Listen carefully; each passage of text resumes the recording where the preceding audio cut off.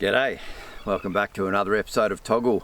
Well, we've got a stunning day here today, second stunning day in a row after weeks and weeks and weeks of cold and rainy and really windy weather. So it's just so nice to have this beautiful weather. really lifts the spirits. Anyway, let's get on with the show. So a very good friend of mine and regular viewer of this channel, a mate of mine called Sean, he asked me if I could talk about the drone that I use when doing the aerial footage. So that's what I'm going to kick off with. I'm going to do a quick little review on the drone that I use. No affiliate, no sponsorship, nothing like that. I bought it before I even started the channel, but I find it very good. So the drone is the DJI Mavic Zoom. So DJI make a lot of different drones. I don't know, it could be 20 or 30, like there's a lot. You go onto the DJI website and there's drones everywhere. What I like about this one, and like most drones anyway, is that they all fold down to this very compact size. Now interestingly, when you feel the weight of that, like that's heavy. And when I first got it, I'm like, how the hell is this gonna fly? Like, this weighs a ton.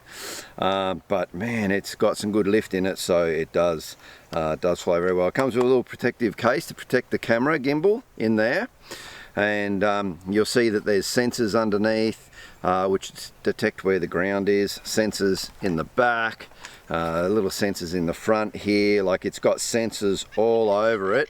And that's the great part about it, is that it will most times stop you flying into anything.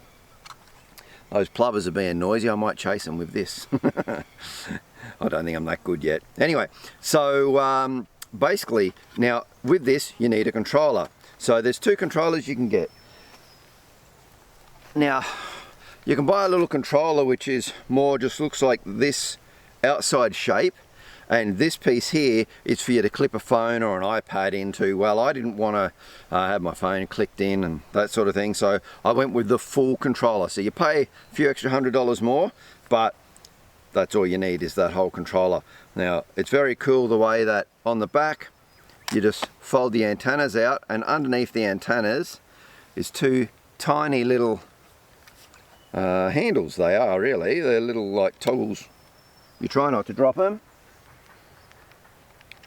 And we just screw that one in there and that one in there, and they're our little controllers, so you can see them right there.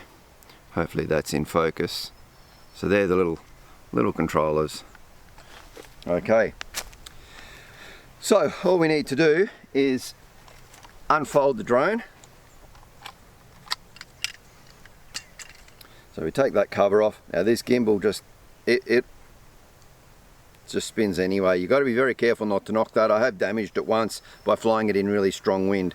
So we unfold that arm, and then that arm like that, and then these bottom ones fold sort of like this. So down and back up.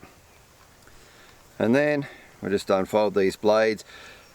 Just roughly, they don't have to be exactly opposite each other. You could even have it like that, and when it starts to spin, it will straighten itself out to where it needs to be. So we get it all unfolded like that. Now what we want to do is put it on a nice flat surface, not a metallic one, because there is a built-in gyro compass and the metal will affect it.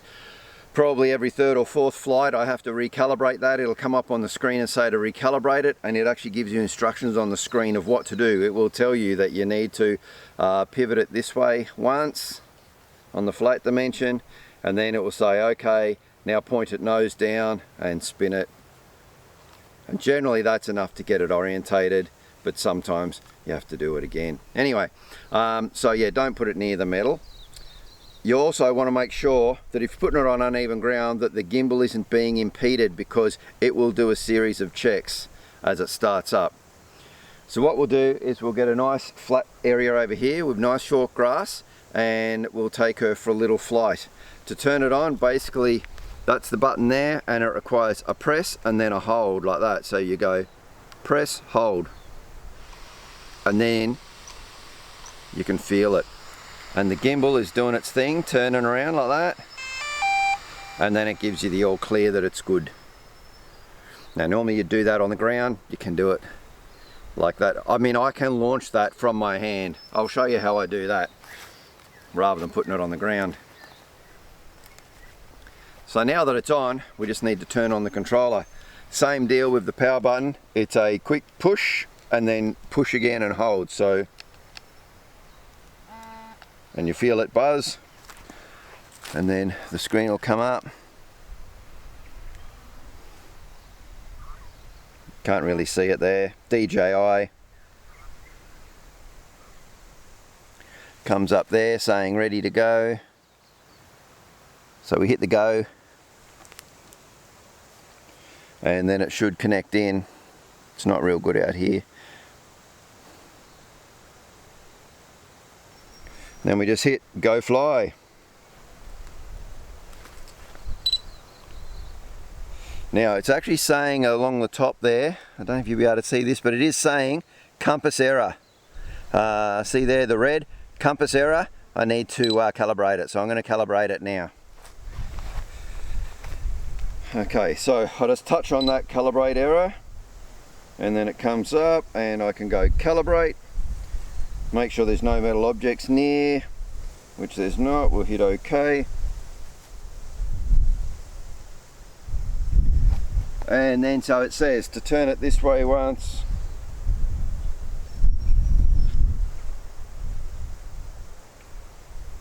Now it wants me to put it on its side and turn it this way.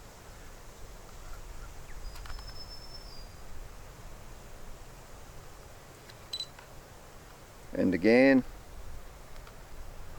Right, and it's come up green and said the compass is now calibrated. So that's good, compass is calibrated. And now it's showing me what I'm looking at. Where are we there? So as I turn the drone around, it's showing me on the screen. So to launch it, there's a little button on the side. You can do a manual launch. I can just hold that lever straight up and it will launch. But you can make it do an automated launch, which is great when you're beginning. And to do that, we basically just slide the up arrow, boom, like that. It comes up and it says in the center of the screen, slide to take off. So we just go like a flamingo, slide.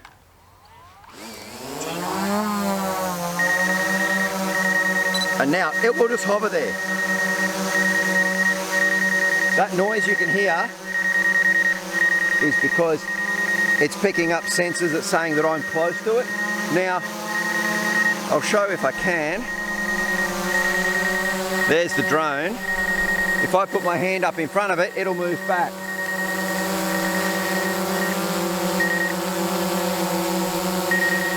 Or not. I didn't want to put my hand too close because it might cut me. But if it senses flying towards something, it won't. So if I push this lever forward to come to me, see, it won't come forward. It'll go backwards.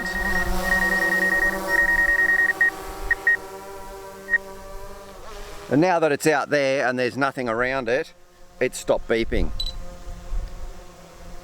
So what we'll do is, the wind's only light, I'll take it for a little fly and I'll show you some of the video footage off that as well. You've seen it all, but let's give it a little go. It takes a little while to get used to, but the great thing is, at any point, you can see I'm not flying that at all.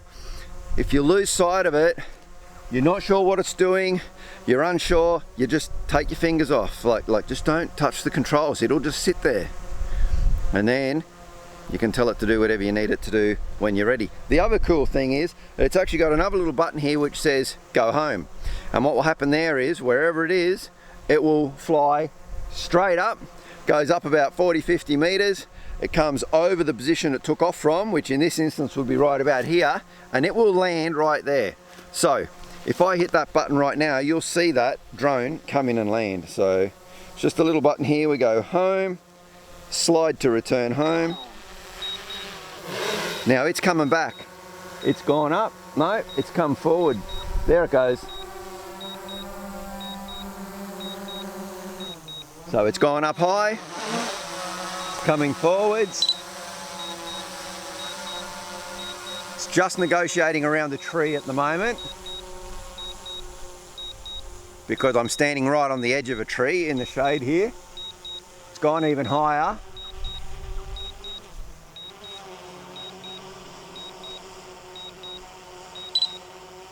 It's telling me it's 41 meters high at the moment.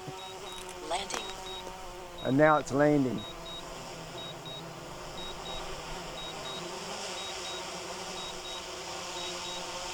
As it detects the trees, it's moving back out the way.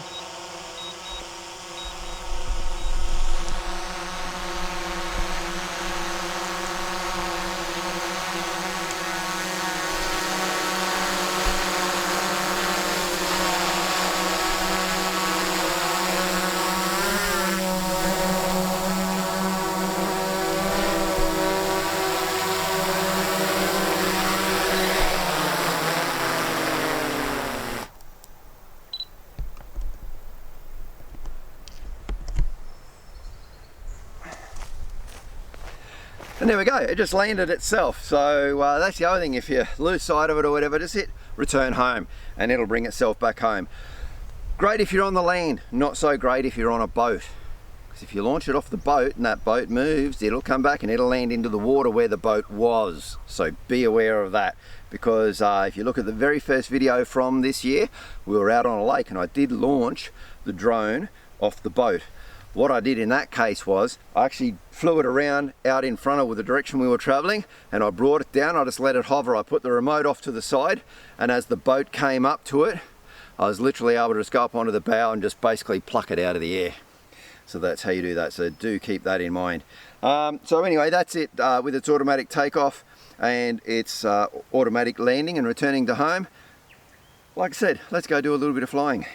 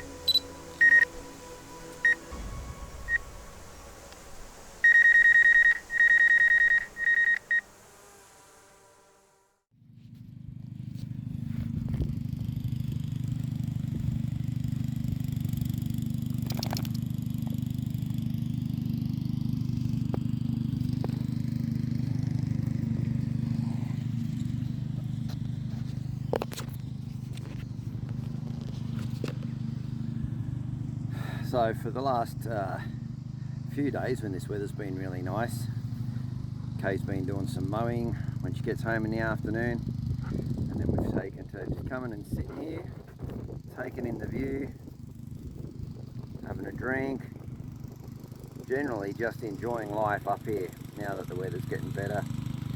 And yeah, it's a nice way to finish off the day.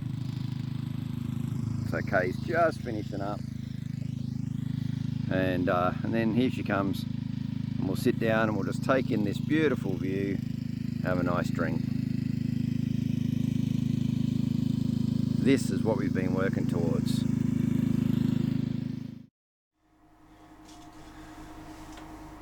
Well, as you can see, I still need some more practice flying that drone.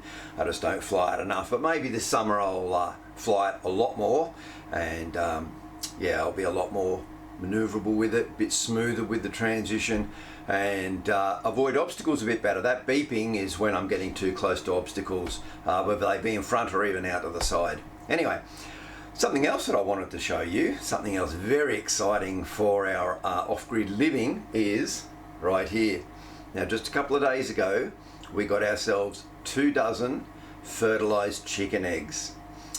Something that Kay and I both wanted to do was to hatch out our own chicks. Now, these are from a mixture of breeds of chickens, and so I will show you some pictures of those as they hatch. But yeah, we've got the 2 dozen eggs in there.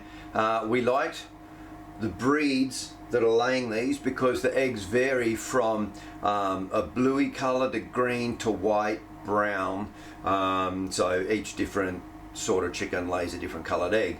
So that way we've got these multicoloured eggs. So Kay would like to sell eggs just, you know, locally, so through Facebook or down where she works she could just sell a dozen eggs here and there. Plus it means that we've got our own, so we don't have to pay for eggs anymore, and the few dozen that get sold each month will help to pay for the food for the chickens.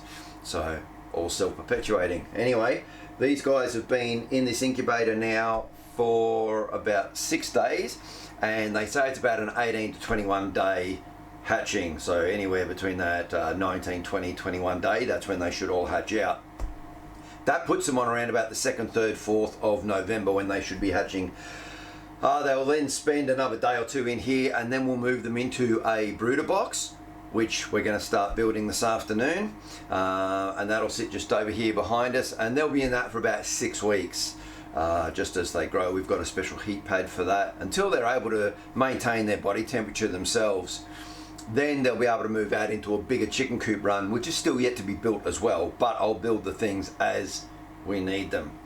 So yeah, we're pretty excited about this. We're looking forward. This incubator seems to be working really well at the moment. It has held its temperature well. We did find though during the night when the temperature drops quite a lot here, it still gets to 0 degrees overnight, and that actually drops the household temperature here to about 5 degrees. So what we've got to do is just wrap this in a blanket.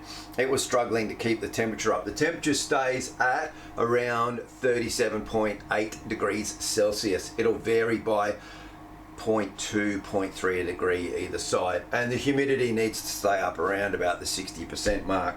So we've got a little water bottle here, and we can just put it in the hole and squirt a little bit of water in, just to keep the humidity levels right. It also rotates the eggs every 90 minutes, and it will rotate them for 200 seconds, which is a little over 3 minutes. So yeah, it's so slow you can't even barely notice them, and it's perfectly quiet. We don't even hear it now. So we've got some marks on the eggs, so we can have a look and go, oh yeah, they must have moved because the marks are in a different position, which is great. Like, it's so automated, so much better now. So yeah, we're pretty happy with this incubator. So I'll show you some closer up of the eggs sitting in there, and then in a couple of weeks time when they are hatching, we'll have some fantastic footage, I hope, of the little chicks coming out. So that should be pretty cool.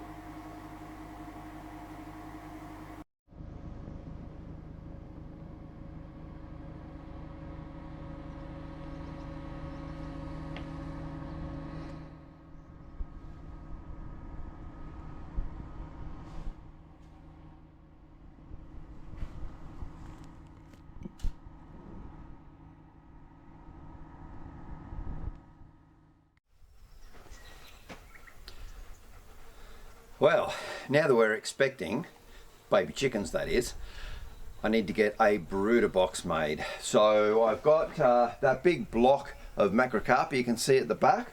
The other day, Kay and I milled 5 nice thick slabs off of that. This is what we're going to use to build our brooder box. Now, in addition to that, I've got a nice piece of wire mesh, and that will go in part of the door, like part of the lid I should say, because it'll have a lid that basically just folds up so that you can access them, but it needs to have plenty of airflow, so we've got that for part of it. And what we decided to do in the front is we're actually going to utilize a piece of acrylic that I had, and we're actually going to put an acrylic window in there as well so that we can see the little baby chicks running backwards and forwards in there as well. So that will go in. So I've brought my tools down here to the timber mill shed, and I'm going to get started. Kay will be joining me shortly. She's just on her way home from work, and I'll get started measuring up and cutting so that we can get this brooder box made. It will basically, it's going to be very straightforward. Basically, one of these will be a side, one will be the bottom, one will be the other side. Gives you an idea of the box shape, and that should be fine for now. So that's it in a nutshell. I'll get started.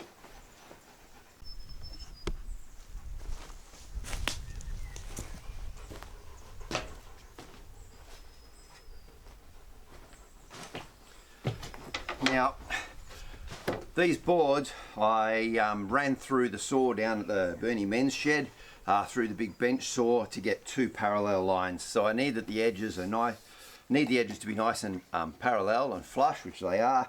So now what I need to do is just get the ends squared off and then cut off so that I've got that maximum amount possible there.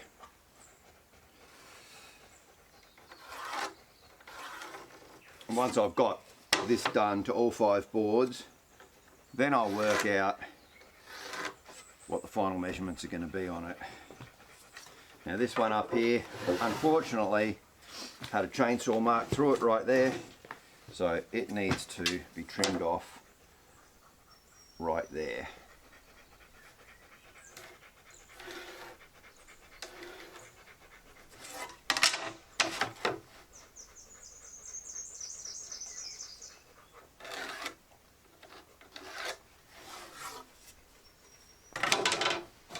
And that there, I'll grab the tape measure,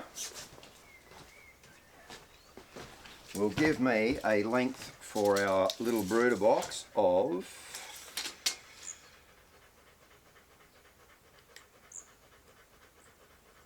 1,360 mil, 136 centimeters. Actually, it's 137 centimeters.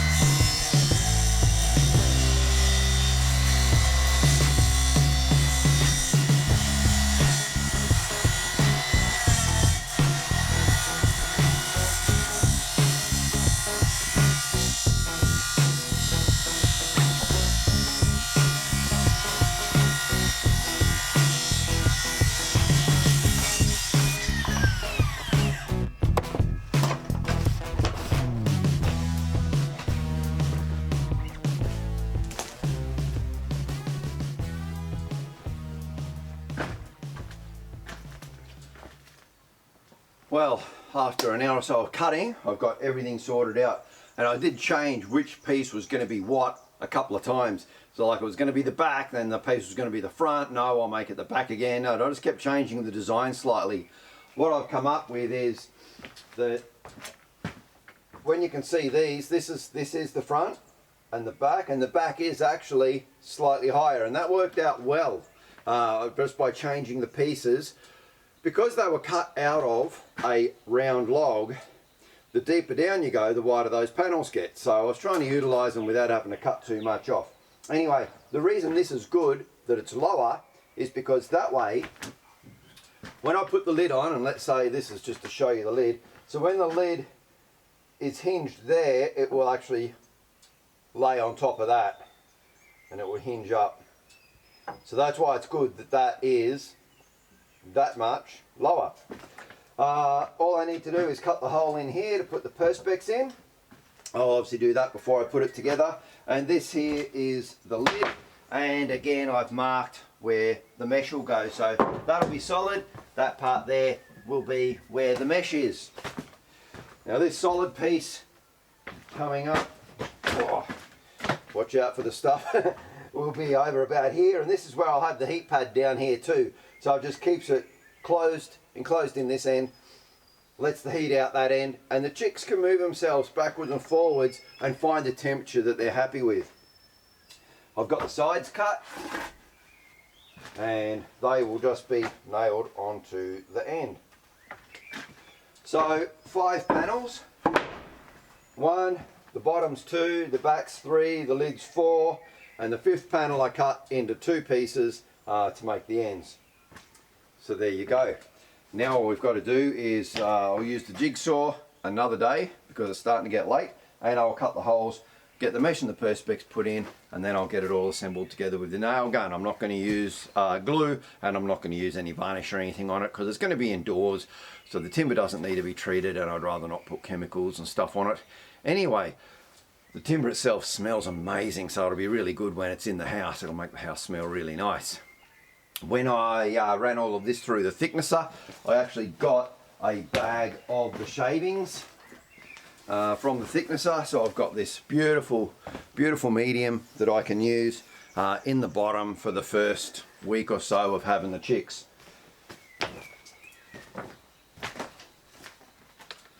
So that's it for now, because it is getting on in the day, and Kay and I have just been down watering the veggie patch, and that's all doing really well.